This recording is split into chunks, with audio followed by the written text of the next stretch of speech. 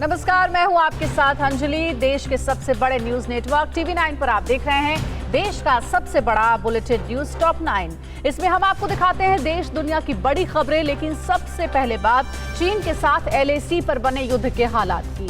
चीन आज तिब्बत में युद्धाभ्यास करने जा रहा है। पैंगोंग में भारत और चीन की सेना 4 जगहों पर राइफल रेंज यानी एक दूसरे के काफी करीब आ गए हैं, जिससे तनाव एक बार फिर से बढ़ गया है। भारत ने भी लद्दाख में लेह एयरबेस पर MiG-29 की तैनाती कर दी है। देखिए LAC पर जारी तनाव की सभी बड़ी खबरें top 9 war zone at LAC में। भारतीय फौज की ताकत से घबराया चीन अब नई चाल चल रहा है। आज जबरदस्ती कब्जा किए तिब्बत के ल्हासा में चीन युद्धाभ्यास करने जा रहा है। माना जा रहा है कि इसके जरिए जिनपिंग तिब्बतियों के मन में भारत के हमले का डर भरने की कोशिश करेंगे।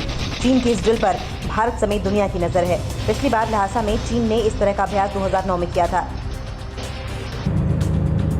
चीन आज तिब्बत के ल्हासा में 3 अलग अलग टाइम पर सायरन बजाएगा। पहला सायरन दोपहर 12 बजे से 12:03 पर बजेगा। अपने लोगों का भरोसा खो रहे जिनपिंग तिब्बत के लोगों को डराने के लिए चाल चल रहे हैं। अपना डर कम करने और दुनिया को झूठी ताकत दिखाने के लिए पिछले कुछ महीनों से चीन लगातार सेना के अभ्यास का प्रोपेगेंडा वीडियो जारी कर रहे हैं। रूस में भारत और चीन के विदेश मंत्रियों के तनाव कम करने को लेकर हुई बातचीत के बाद भी LAC पर हर दिन तनाव बढ़ता जा रहा है। पैंगोंग लेक के पास भारत और चीन की सेना 4 जगहों पर राइफल रेंज में आमने सामने आ गए। फिंगर 3 और 4 पर दोनों सेना काफी पास हैं। कुछ दिन पहले इसी जगह पर एक दूसरे को चेतावनी देने के लिए हवाई फायरिंग भी हो चुकी है। लद्दाख में चीन जिस तरह से तैयारियां कर रहा है, उसका करारा जवाब देने के लिए भारत ने भी मोर्चेबंदी कर ली है। भारत ने लद्दाख की ऊंचाई वाले लेह एयरबेस पर अपने MiG-29 लड़ाकू विमानों को तैनात किया है। लेह एयरबेस पर MiG-29 फाइटर जेट की तैनाती की एक्सक्लूसिव तस्वीरें सामने आई हैं।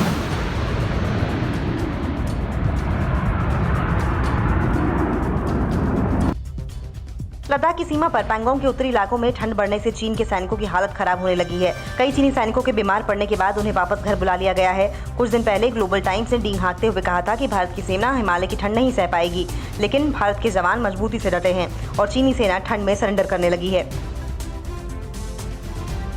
लद्दाख में जारी तनाव के बीच पैंगोंग झील में चीनी सेना अपने टाइप 928D पेट्रोल बोट से लगातार गश्त कर रही है। ये बोट्स न केवल चलने में ही तेज हैं, बल्कि इनकी फायर पावर भी जबरदस्त है। चीन ने LAC के उस पार करीब 18 ऐसी बोट्स को तैनात किया है। बोट्स में छोटे और मध्यम दूरी तक मार करने वाले हथियार भी तैनात हैं। चीन के युद्ध की तैयारी को मुंहतोड़ जवाब देने के लिए भारतीय फौज पूरी तरह से तैयार है। सेना की तैयारी का एक एक्सक्लूसिव वीडियो सामने आया है, जिसमें टैंक और बख्तरबंद गाड़ियों के युद्ध कौशल को दिखाया गया है। बताया जा रहा है कि इन युद्धक टैंकों को अब पूर्वी लद्दाख में तैनात किया गया है, जिससे चीन की किसी भी हिमाकत को निस्तेनाबूद किया जा सके। चीन से सीमा विवाद को लेकर कल सरकार और सेना से जुड़े अधिकारियों की बड़ी बैठक हुई। बैठक में विदेश मंत्री एस जयशंकर और रक्षा मंत्री राजनाथ के साथ NSA अजीत डोभाल भी शामिल रहे। बैठक में चीन से प्रभावी तरीके से निपटने पर रणनीति बनाने को लेकर चर्चा हुई। बैठक में चीन सीमा को डील कर रहे सेना के अधिकारी भी मौजूद थे। इस बैठक में चीन में भारत के राजदूत विक्रम मिस्री भी शामिल हुए। लद्दाख में LAC पर चीन के साथ तनाव के बीच भारत क्वाड की बैठक के लिए तैयार हो गया है। क्वाड में भारत के अलावा ऑस्ट्रेलिया, अमेरिका और जापान है। चारों देश सिक्योरिटी डायलॉग की जगह और तारीख तय करने के लिए बातचीत कर रहे हैं। यहाँ भारत और अमेरिका के बीच 2+2 बातचीत भी होगी। चीन क्यों खुफिया सामानों का उत्पादन बढ़ा रहा है? अमेरिका और भारत में चीनी जासूसी का कैसे भंडाफोड़ हुआ? पाकिस्तान के ISI पर आयरिश पत्रकार ने क्या कहा? कोरोना को लेकर चीन दुनिया को डराने वाली बात क्यों कही? चीन पाक की साजिश से जुड़ी हर बड़ी खबर देखिए टॉप 9 चीन पाक साजिश। लद्दाख में घुसपैठ की साजिश के बीच चीन अपने देश में खुफिया सामानों का उत्पादन बढ़ा रहा है। इसका खुलासा उस वक्त हुआ जब जिनपिंग ने खुद खुफिया सामान बनाने वाली कंपनी का दौरा किया। इस दौरान जिनपिंग ने इंटेलिजेंस उपकरणों का जायजा लिया। चीन पूरी दुनिया में साइबर जासूसी के जरिए दूसरे देशों की अहम जानकारी जुटाने में लगा है। अब चीन की एक और कंपनी एक्ट 41 पर अमेरिका ने फिरौती के लिए कई कंपनियों को टारगेट करने का आरोप लगाया है। 5 चीनी नागरिकों समेत इस हैकिंग ग्रुप के 7 लोगों को अमेरिका में पकड़ा जा चुका है। अमेरिका ने इस बात पर मुहर लगाई है कि चीनी कंपनी जिन्वा ने भारत के डेटा की जासूसी की है। भारत में एक बड़ा साइबर अटैक हुआ है, जिसमें नेशनल इंफॉर्मेटिक्स सेंटर के कंप्यूटरों में सेंधमारी की गई है। इन कंप्यूटरों में भारतीय नागरिकों समेत PM से लेकर NSA जैसे सभी VIP लोगों से जुड़ा डेटा रहता है। बताया जा रहा है कि NIC कर्मचारियों को एक मेल आया था, जिस पर क्लिक करते ही डेटा में सेंधमारी हुई। ये मेल बेंगलुरु स्थित एक अमेरिकी कंपनी से आया था। इसके पीछे चीन की साजिश का अंदेशा है। अपने नए कानून के जरिए हांगकांग की आजादी छीनने वाला चीन अब वहां के लोकतांत्रिक समर्थकों की हत्या करवाने की साजिश रच रहा है। अमेरिका के साथ यूएन ह्यूमन राइट्स काउंसिल ने हांगकांग के गिरफ्तार किए 12 नागरिकों की जान को खतरा बताते हुए चीन से इन लोगों को छोड़ने की अपील की है। पूरी दुनिया में कोरोना फैलाने वाले चीन से एक और डराने वाली खबर सामने आई है। चीन के जाने माने वैज्ञानिक झोंग नानशान ने आगाह किया है कि अगर कोरोना वायरस को फैलने से रोका नहीं गया तो दुनिया की कुल आबादी का 60 से 70% हिस्सा यानी कि 4 अरब लोग इसकी चपेट में आ जाएंगे। इसमें से करीब 7% लोगों की मौत हो जाएगी। पाकिस्तान की खुफिया एजेंसी ISI सिर्फ गुब्बारा है और एक गली लेवल का संगठन है। ये केवल लोगों को डराने के लिए काम करती है। आयरिश पत्रकार डेक्लान वॉल्स ने अपनी द 9 लाइव्स ऑफ पाकिस्तान नामक किताब में खुलासा किया है। डेक्लान वॉल्स के मुताबिक पाकिस्तान में ISI भी दूसरी संस्थाओं की तरह भ्रष्टाचार और घपलेबाजी से घिरी है। कश्मीर को लेकर पाकिस्तान एक बार फिर भारत के खिलाफ बड़ी साजिश रची है। सोशल मीडिया पर बदनाम करने के लिए पाकिस्तान आज ट्विटर पर कैंपेन चलाने वाला है। पाकिस्तान ने ट्विटर पर #कश्मीर वांट्स फ्रीडम को ट्रेंड कराने की साजिश रची है। इतना ही नहीं, कैंपेन के लिए अलग अलग देशों में अलग अलग टाइमिंग रखी गई है। 24 सितंबर को नेपाल में सार्क देशों के विदेश मंत्रियों की वीडियो कॉन्फ्रेंसिंग के जरिए बैठक होनी है। बैठक में भारत और पाकिस्तान के विदेश मंत्रियों का भी आमना सामना होगा। सार्क की अध्यक्षता अभी नेपाल के पास है। आशंका है कि इस बार चीन के उकसावे में नेपाल और पाकिस्तान की भूमिका संदिग्ध है। बैठक में चीन के एजेंडे पर दोनों देश काम कर सकते हैं। जम्मू के हीरानगर सेक्टर में पाकिस्तान की साजिश को नाकाम करते हुए 18 साल बाद बंजर भूमि को BSF के जवान अब उपजाऊ करने में जुट गए हैं। पाकिस्तान की तरफ से लगातार गोलीबारी से हीरानगर सेक्टर में किसान खेती नहीं कर पा रहे थे। अब उनकी मदद के लिए BSF के जवान सामने आए हैं और बुलेट प्रूफ ट्रैक्टर से खेतों की जुताई कर रहे हैं। पाकिस्तान की हरकतों का जवाब देने के लिए BSF जवान डटे खड़े हैं। आज क्या ताइवान और चीन के बीच युद्ध होगा? आज का दिन ताइवान के लिए भारी रहने वाला है। चीन आज ताइवान पर हमला कर सकता है। पूरी दुनिया की नजर ताइवान और चीन के तनाव पर है। अमेरिका ताइवान का मजबूती से साथ दे रहा है। इससे चीन और ज्यादा बौखलाया हुआ है। उधर रूस और अमेरिका में भी तनाव बढ़ रहा है। विश्व में युद्ध का बिगुल बजाने वाली हर खबर देखिए top 9 world on war mode में। चीन और ताइवान के बीच युद्ध की आशंका और बढ़ गई है। दोनों देशों के बीच आज कुछ भी हो सकता है। चीन ताइवान पर अपना हक जताता है। चीन ने ताइवान को मिटा देने तक की धमकी दी है। चीन ने बढ़ते तनाव के बीच अपने 18 लड़ाकू विमानों को ताइवान की सीमा में घुसकर उड़ान भरी। लाइव फाइटर एक्सरसाइज में चीन बड़ी तादाद में बॉम्बर रॉकेट लॉन्चर्स का इस्तेमाल कर रहा है। चीनी फाइटर जेट के ताइवान की सीमा में घुसने की खबर मिलते ही ताइवान ने अपने डिफेंस मिसाइल सिस्टम को तैनात कर दिया। ताइवान ने अपने डिफेंस सिस्टम से चीनी विमानों को खदेड़ दिया। इस बीच चीन के सरकारी अखबार ग्लोबल टाइम्स ने ताइवान नहीं माना तो चीन के एक्सरसाइज हमले में बदल सकता है। ये अब चीन के हितों पर निर्भर करेगा। ताइवान पर जबरदस्ती कब्जे का सपना पाल रहा चीन अपने मुखपत्र के जरिए भारत और अमेरिका को भी धमकी दी है। ग्लोबल टाइम्स ने लिखा है कि जब चीन बॉर्डर पर भारत के साथ भी युद्ध के लिए तैयार है तो ताइवान कैसे बच सकता है। चीन ने दिखाया है कि वो भारत चीन सीमा पर भी युद्ध से घबरा नहीं रहा। अमेरिका को चेतावनी देते हुए कहा कि वे हालात को समझने में भूल न करें। भारत के बाद अमेरिका ने भी चीन पर डिजिटल स्ट्राइक किया है। कल से अमेरिका में चीनी ऐप टिकटॉक पर बैन लगाया जाएगा। टिकटॉक के साथ चीनी ऐप WeChat पर भी अमेरिका में बैन लगाने का ऐलान किया गया है। बैन से बचने के लिए टिकटॉक को अमेरिकी कंपनी के हाथों बेचे जाने की शर्त रखी गई थी, लेकिन वो डील सफल नहीं हो पाई। दुनिया के लिए खतरा बने उत्तर कोरिया के तानाशाह किम जोंग उन अब कोई नया विनाशक परमाणु हथियार बनाने का दावा कर रहे हैं जो कि पूरे अमेरिका के किसी भी शहर को तबाह कर सकती है। 10 अक्टूबर को होने वाले सैन्य परेड की तैयारियों की तस्वीरों से खुलासा हुआ है कि नई मिसाइल को छिपाने के लिए एक नया ढांचा बनाया गया है। समंदर में शिपयार्ड से मिसाइल लॉन्च के संकेत भी मिले हैं। तुर्की और ग्रीस के बीच भी युद्ध जैसे हालात बने हुए हैं। ग्रीस के रफेल से डरा तुर्की। समंदर में एयर डिफेंस एक्सरसाइज शुरू कर दी गई है। 17 सितंबर को तुर्की की नौसेना ने समुद्र में जमकर रॉकेट दागे। तुर्की को डर सता रहा है कि फ्रांस के रफेल पाने के बाद उसके दुश्मन नंबर 1 ग्रीस की हवाई ताकत कई गुना बढ़ जाएगी। ग्रीस और तुर्की के बीच तेल और गैस भंडारण को लेकर तनातनी चल रही है। अमेरिका के साथ रूस का तनाव दुनिया से छिपा नहीं है और अब रूस आसमान से एटम बम की बारिश करने वाली स्काईफॉल मिसाइल बना रहा है। एक ऐसी एटमी मिसाइल होगी जो कई साल तक अंतरिक्ष में धरती का चक्कर लगा सकती है और जमीन से कमांड मिलते ही ये मिसाइल दुनिया के किसी भी कोने को पल भर में नेस्तनाबूद करने में सक्षम है। रूस ने इस मिसाइल को NM-730 बर्डवस्निक नाम दिया है। बेरिंग महासागर में अमेरिका के बमवर्षक विमानों ने रूस के MiG-31 को टारगेट किया। रूसी फाइटर जेट ने अमेरिका के बमवर्षक विमानों को तब तक खदेड़ा जब तक कि वो रूस की समुद्री सीमा से दूर नहीं चले गए। इस बीच ब्रिटेन और रूस के बीच भी उत्तरी सागर में तनातनी बढ़ने की खबर है। ब्रिटेन ने उत्तरी सागर के पास रूसी एयरक्राफ्ट की हलचल बढ़ने के बाद अपने फाइटर जेट तैनात कर दिए हैं। अमेरिकी विदेश मंत्रालय के काउंटर टेररिज्म डिपार्टमेंट के कोऑर्डिनेटर नेथल सील्स का दावा है कि आतंकी संगठन हिजबुल्लाह यूरोप के दूसरे देशों में भी बेरूत जैसे धमाके की तैयारी कर रहा है। इसके लिए हिजबुल्लाह बड़ी तादाद में केमिकल और अमोनियम नाइट्रेट इकट्ठा कर रहा है। नेथल सील्स का दावा है कि वो तेहरान में बैठे अपने आका के आदेश पर बड़े आतंकी हमले की तैयारी कर रहा है। और अब खबर है देश के किसानों से जुड़ी हुई। कृषि बिल पर पीएम मोदी का किसानों के नाम संदेश। कृषि मंत्री ने क्यों कहा बिल किसानों के जीवन में क्रांतिकारी बदलाव लाएगा। कल राज्यसभा में पेश होगा कृषि बिल। बिल के खिलाफ देश भर में कई जगहों पर किसानों का प्रदर्शन जारी। कृषि विधेयक से जुड़ी सभी अहम खबरें देखते हैं। टॉप 9 किसानों पर संग्राम। ये कृषि विधेयक को लेकर प्रधानमंत्री नरेंद्र मोदी ने कल एक बार फिर किसानों को कुछ लोगों के बहकावे से बचने की सलाह दी है। पीएम ने कहा कि जिन्होंने दशकों तक देश पर राज किया और आज किसानों से झूठ बोल रहे हैं। नए विधेयक से किसानों की आमदनी बढ़ेगी, वो कहीं भी अपनी फसल बेचने को आजाद होगा। न्यूनतम समर्थन मूल्य और सरकारी खरीद की व्यवस्था भी बनी रहेगी। कृषि से संबंधित लोकसभा में पास हुए कृषि विधेयकों पर केंद्रीय कृषि मंत्री नरेंद्र सिंह तोमर ने कहा कि ये विधेयक किसानों के जीवन में क्रांतिकारी बदलाव लाएंगे। कुछ राजनीतिक दलों द्वारा झूठ फैलाकर देश की जनता को गुमराह करने का असफल प्रयास किया जा रहा है। कृषि बिल 2020 पूरी तरह से किसान हितैषी और उनकी आय में वृद्धि करने के लिए उठाया गया मोदी सरकार का महत्वपूर्ण कदम है।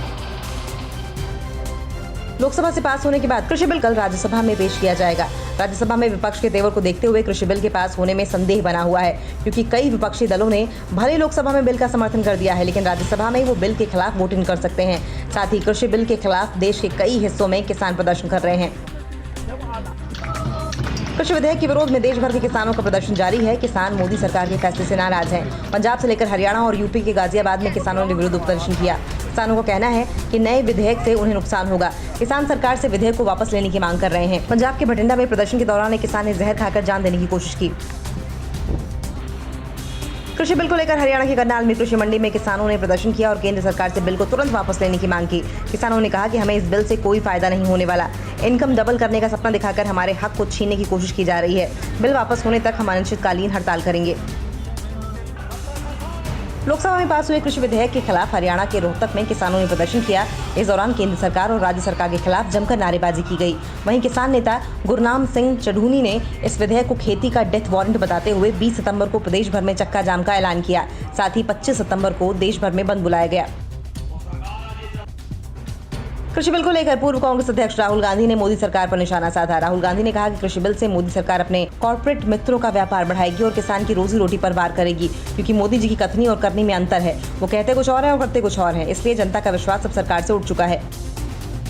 यहाँ पर प्रोटेस्ट कर रहे हैं। कृषि बिल को लेकर लोकसभा में कांग्रेस के उपनेता गौरव गोगोई ने कहा है कि मोदी जी ने पहले एयरपोर्ट का निजीकरण किया और अब किसान के बाजार का भी निजीकरण करना चाह रहे हैं, जिससे छोटा किसान खत्म हो जाए, लेकिन हम ऐसा नहीं होने देंगे। मोदी जी के भाषणों में न विश्वास है न ही विकास, बस सिर्फ उद्योगपतियों के चेहरे की मुस्कान है। लोकसभा में पीएम केयर्स फंड को लेकर सवाल उठने पर वित्त राज्य मंत्री अनुराग ठाकुर ने गांधी परिवार पर बड़ा हमला बोला। अनुराग ठाकुर ने कहा 1948 में नेहरू जी ने पीएम राहत कोष बनाया, जिसका रजिस्ट्रेशन आज तक नहीं कराया गया। इसको लेकर कांग्रेस ने जमकर हंगामा किया। बाद में अनुराग ठाकुर ने कहा किसी को मेरी बातों से ठेस पहुंची है तो उसका मुझे खेद है। शोपियां एनकाउंटर पर सेना प्रमुख नरवणे का बड़ा बयान। अधीर रंजन चौधरी ने क्यों कहा ये दो डेटा सरकार है। उत्तर प्रदेश में कहां बनेगी नई फिल्म सिटी। 86 साल बाद कोसी वासियों का सपना हुआ साकार। आज से आईपीएल का आगाज। मुंबई की टक्कर होगी चेन्नई से। देश की सभी बड़ी खबरों के लिए देखिए टॉप 9 राष्ट्र। जम्मू कश्मीर की शोपियां में हुई मुठभेड़ में सेना के जवानों द्वारा प्राथमिक जांच में AFSPA के उल्लंघन पर आर्मी चीफ मनोज मुकुंद नरवणे ने कहा है कि शोपियां एनकाउंटर मामले में बेहद निष्पक्षता के साथ जांच की जाएगी। भारतीय सेना ऑपरेशन के दौरान प्रोफेशनल आचरण के लिए पूरी तरह से समर्पित और प्रतिबद्ध है। कोरोना महामारी और लॉकडाउन की वजह से स्थानीय स्तर पर मजदूरों को रोजगार देने के लिए इस साल मनरेगा के तहत 86 लाख से ज्यादा जॉब कार्ड जारी किए गए हैं, जो पिछले साल जारी किए गए जॉब कार्ड से दुगने से भी ज्यादा है। पिछले साल 36 लाख जॉब कार्ड जारी किए गए थे। ये जानकारी ग्रामीण विकास मंत्रालय ने राज्यसभा में दी है। कई महीनों से अर्थव्यवस्था और रोजगार को लेकर कांग्रेस सांसद अधीर रंजन चौधरी ने लोकसभा में सरकार पर निशाना साधा। अधीर रंजन ने कहा कि 2 करोड़ से ज्यादा लोगों की नौकरी चली गई है, 14 लाख कामगारों के पास कोई काम नहीं है। ऐसे में आप विकास की कैसे उम्मीद कर सकते हैं? सरकार के पास कितने लोगों की नौकरियां गई, इसका डेटा नहीं है। आपके पास किसी चीज का डेटा नहीं होता, यह नो डेटा सरकार बन गई है। पीएम मोदी ने बिहार में कोसी और मिथिलांचल को जोड़ने वाली कोसी महासेतु का उद्घाटन कर 86 साल का सपना पूरा कर दिया। महासेतु का लोकार्पण करने के बाद प्रधानमंत्री मोदी ने कहा कि 1934 के भूकंप ने बिहार के कोसी और मिथिलांचल को अलग थलग कर दिया है। लोगों को महज 22 किलोमीटर पहुंचने के लिए 300 किलोमीटर की दूरी तय करनी पड़ रही थी। इसको कम करना हमारा लक्ष्य था, जो कि पूरा हो गया। आज से दुबई के लिए एयर इंडिया की उड़ानें फिर से शुरू होंगी। इससे पहले दुबई नागर विमानन प्राधिकरण ने विमान से 2 कोरोना संक्रमित यात्रियों को दुबई लाने पर उड़ानों पर 2 अक्टूबर तक रोक लगा दी थी। लेकिन एयर इंडिया के जवाब से संतुष्ट होने के बाद DCAA से सिर्फ 24 घंटे के प्रतिबंध के बाद आज से उड़ानों को मंजूरी दे दी गई। बॉलीवुड में ड्रग एंगल और महाराष्ट्र में मचे बवाल के बीच सीएम योगी ने फिल्म सिटी बनाने का ऐलान किया है। सीएम ने कहा कि वर्तमान परिस्थितियों में देश को अच्छी फिल्म सिटी की आवश्यकता है। यूपी ये जिम्मेदारी लेने को तैयार है। हम एक उम्दा फिल्म सिटी बनाएंगे। साथ ही सीएम ने अधिकारियों को फिल्म सिटी की कार्य योजना बनाने के निर्देश दिए हैं। जानकारी के मुताबिक नई फिल्म सिटी नोएडा या ग्रेटर नोएडा में बन सकती है। तमिलनाडु की मंदिर से चोरी की गई मूर्तियों को लेकर लंदन पुलिस ने बड़ा खुलासा किया है। लंदन पुलिस ने बताया कि उनका एक अफसर ग्राहक बनकर आर्ट डीलर के पास गया था, जिसके पास मूर्तियां मौजूद थीं। अफसर के साथ भारतीय हाई कमीशन के अधिकारी गए थे, जिन्होंने आर्ट डीलर को बताया कि ये चोरी करके लाई गई मूर्तियां हैं। 1978 में तमिलनाडु के मंदिर से राम लक्ष्मण और मां सीता की मूर्तियां चोरी हुई थी, जिन्हें लंदन पुलिस ने बरामद कर 15 सितंबर को भारतीय हाई कमीशन को सौंपा था। देश में पिछले 24 घंटे में 52,788 कोरोना के नए मरीज मिले, जबकि 1,221 लोगों की मौत हो गई। कोरोना संक्रमितों की संख्या 53,05,000 से ज्यादा हो गई है, जिसमें से 10,15,000 एक्टिव केस हैं। कल एक दिन में रिकॉर्ड 93,000 से ज्यादा लोग ठीक हुए। अब तक 85,625 लोगों की मौत हो चुकी है। कोरोना काल में स्टेडियम में बिना दर्शकों के बीच आज से देश से बाहर यूएई में IPL के 13वें सीजन का आगाज होगा। राजस्थान रॉयल्स और KKR टीम के साथ जुड़ा देश का सबसे बड़ा न्यूज नेटवर्क TV9 आज शाम 7:30 बजे से आबू धाबी IPL का पहला मैच मुंबई इंडियंस और चेन्नई सुपर किंग्स के बीच खेला जाएगा। 10 नवंबर तक चलने वाले IPL के मुकाबले दुबई, आबू धाबी और शारजाह में खेले जाएंगे। रिया का करीबी एक और ड्रग तस्कर गिरफ्तार। स्कूलों को लेकर क्या है दिल्ली सरकार का बड़ा ऐलान। दिल्ली में कोरोना की रफ्तार पर ब्रेक नहीं। PMC बैंक घोटाले में दिल्ली के 3 बड़े होटल जब्त। मुंबई दिल्ली की हर बड़ी खबर के लिए देखिए टॉप 9 मुंबई दिल्ली। अभिनेता सुशांत सिंह राजपूत मौत मामले में ड्रग्स एंगल की जांच कर रही नार्कोटिक्स कंट्रोल ब्यूरो ने राहिल विश्राम नाम के ड्रग तस्कर को गिरफ्तार किया। राहिल विश्राम के पास से NCB को 1 किलो चरस और 4 लाख रुपए बरामद हुए। सूत्रों के मुताबिक राहिल के रिया और अनुज केसवानी से सीधे रिश्ते हैं। मुंबई के लोनावाला स्थित सुशांत सिंह के फार्म हाउस की तस्वीरें सामने आई हैं। फार्म हाउस में बने बेडरूम से सुशांत के हाथों लिखी 5 डायरियां बरामद हुई हैं। ये फार्म हाउस में बनी भगवान शिव की वही मूर्ति है जो सुशांत ने रिया से पहली मुलाकात के बाद उसके बर्थडे पर लगवाई थी। मुंबई से सटे वसई में पेट्रोल पंप मालिक की गुंडों ने पुलिस के सामने ही पिटाई कर दी। गुंडों ने पेट्रोल भरने की मशीन और केबिन को भी तोड़ दिया। पेट्रोल पंप मालिक ने मास्क नहीं लगाने पर गुंडों को पेट्रोल देने से मना कर दिया था, जिसके बाद 10 से 15 गुंडे पेट्रोल पंप पर पहुंचे और पेट्रोल पंप मालिक और कर्मचारी से मारपीट की। कोरोना की रफ्तार फिर बढ़ने के बाद दिल्ली सरकार ने सभी स्कूलों को 5 अक्टूबर तक बंद रखने का ऐलान किया है, जिसके बाद 21 सितंबर से आंशिक रूप से खुलने वाले 9वीं से 12वीं के स्कूल भी नहीं खुलेंगे। दिल्ली में छात्रों की पढ़ाई के लिए ऑनलाइन क्लास जारी रहेगी।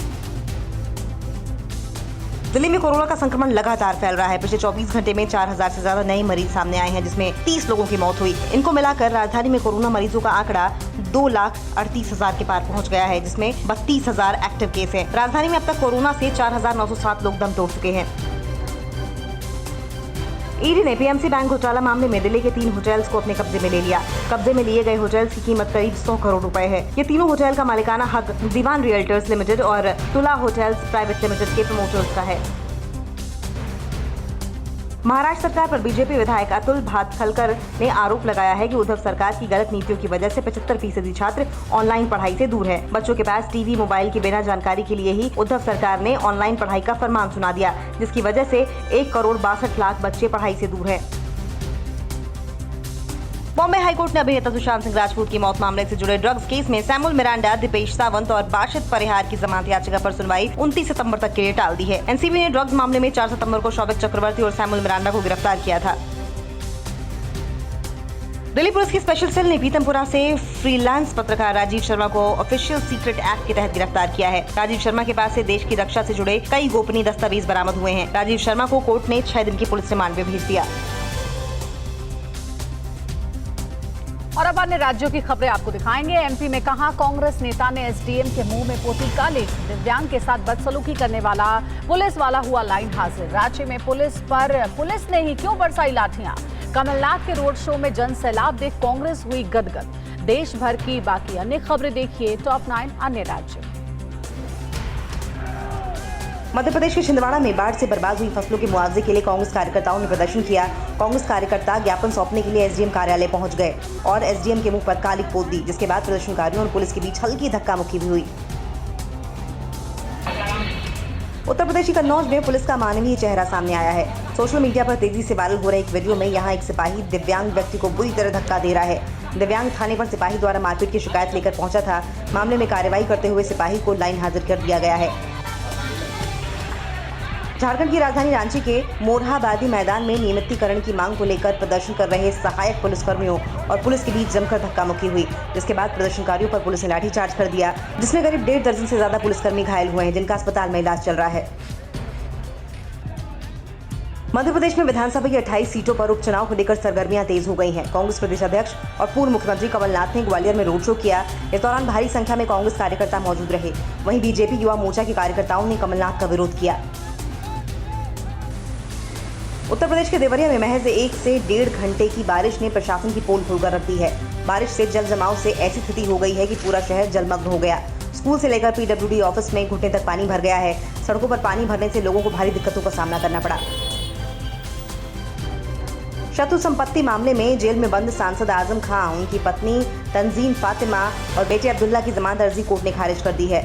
आजम खान पर शत्रु संपत्ति पर कब्जा कर उसे जौहर यूनिवर्सिटी के परिसर में शामिल करने का आरोप है। रामपुर से सांसद आजम खान पिछले 6 माह से पत्नी तंजीम फातिमा और बेटे अब्दुल्ला के साथ सीतापुर की जेल में बंद है। उत्तर प्रदेश के भदोही में एडिशनल सीएमओ जेपी सिंह का कोरोना से निधन हो गया। जेपी सिंह जिले के कोरोना के जिला सर्विलांस प्रभारी भी थे। लखनऊ में इलाज के दौरान जेपी सिंह की मौत हो गई। उत्तर प्रदेश में कल एक दिन 6,500 कोरोना के नए केस मिले, जबकि 98 लोगों की मौत हो गई। पूर्व क्रिकेटर सुरेश रैना जम्मू कश्मीर के बच्चों को क्रिकेट का प्रशिक्षण देने के लिए जम्मू और कश्मीर में 5-5 क्रिकेट अकेडमी खोलेंगे। सुरेश रैना ने जम्मू कश्मीर के एलजी मनोज सिन्हा से मुलाकात की और राज्य के युवाओं के खेल कौशल में सुधारने की योजना पर चर्चा की। मुलाकात के बाद सुरेश रैना ने कहा कि वो जम्मू कश्मीर के युवाओं के बीच खेल को बढ़ावा देना चाहते हैं। मध्य प्रदेश के बालाघाट में 6 सितंबर की रात एनकाउंटर में मारे गए शख्स को लेकर एमपी और छत्तीसगढ़ सरकार आमने सामने आ गई है। एमपी पुलिस पर आरोप है कि उसने एक आदिवासी शख्स का एनकाउंटर कर उसे नक्सली दिखाने की कोशिश की। छत्तीसगढ़ सरकार की नाराजगी के बाद एमपी सरकार ने मामले की सीआईडी जांच के आदेश दिए हैं। क्या आप पर भी बरपा है जालसाजी का कहर? सपने टूटे आपके, न घर के न घाट के।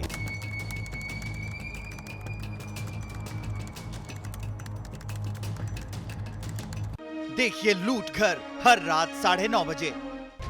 फिक्र आपकी,